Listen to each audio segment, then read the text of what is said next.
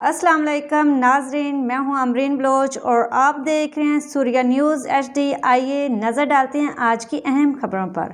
کراچی سوریہ news میں مزید update کرتے ہیں۔ کراچی سے جرنلسٹ محمد فاروق برڑو قادری کی رپورٹ کے مطابق گورنر سندھ کامران تیسوری نے آج بروز پیر گورنر ہاؤس میں سندھ IT گیٹ کا افتتاح کر دیا۔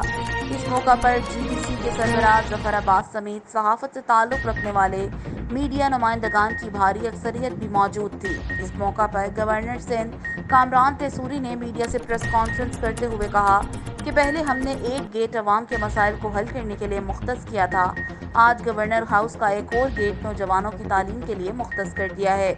گورنر سندھ کامران تیسوری نے مزید کہا کہ ہم نے جو وعدے نہیں کیے وہ بھی پورے کر رہے ہیں، اور جنہوں نے عوام کے ساتھ بڑے بڑے وعدے کیے اور عوام کو بڑے بڑے خواب دکھائے، اس کی تعبیر ہم کر رہے ہیں۔ گورنر سندھ کامران تیسوری کا کہنا تھا کہ ایک دو دن میں ہزاروں نوجوان گورنر ہاؤس میں عملی طور پر IT کی تعلیم کے حصول کے لیے جدوجہد کرتے ہوئے اور محنت کرتے ہوئے دکھائی دیں گے، اور تعلیم مکمل ہو جانے کے بعد پاکستان معیشت کو مستحکم کرنے میں اپنا کردار ادا کرتے نظر آئیں گے۔ آج کے لیے اتنا ہی، مزید دیکھتے رہیے سوریہ نیوز HD۔